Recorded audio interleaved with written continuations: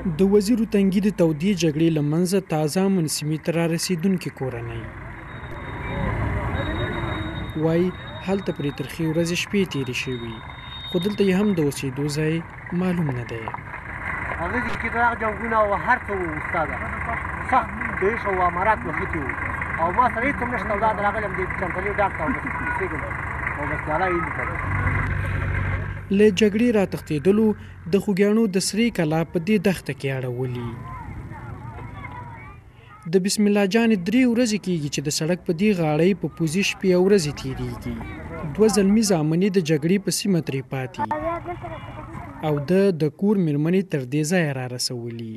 چې سبا را روان شو نور زامن بیا نستانه کړه 2 ننګیان دې بیا نستانې شوې او دغه واړه مې راوایسته د سترګو خانم ګورم باغه ګل پاتې شو دونه زونه ماډۍ نه وخته ساړه هماغه راواخېسته نو ته غرمې وخوړه چپرې وخوړه خو دا که نور شی خوړلی وي نه شی لیدلی دی دغسې ستونزو سره مخ ده نو کراري دی خدای مې راولي نور به څه وکړو.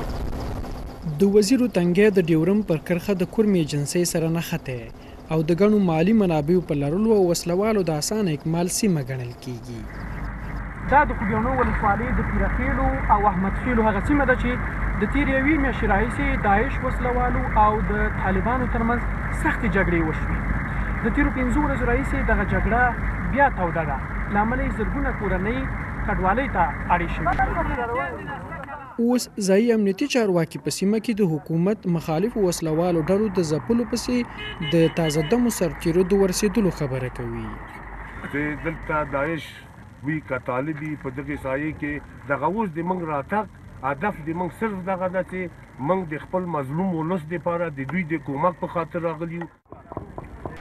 خو په دې هڅو نیوکې دا دي چې پر وخت نه دي او د دې دواړو ډلو ترمنځ د جګړې سیمې هغه دي چې حکومت پرې له دې وړاندې هم ولکه نه درلوده.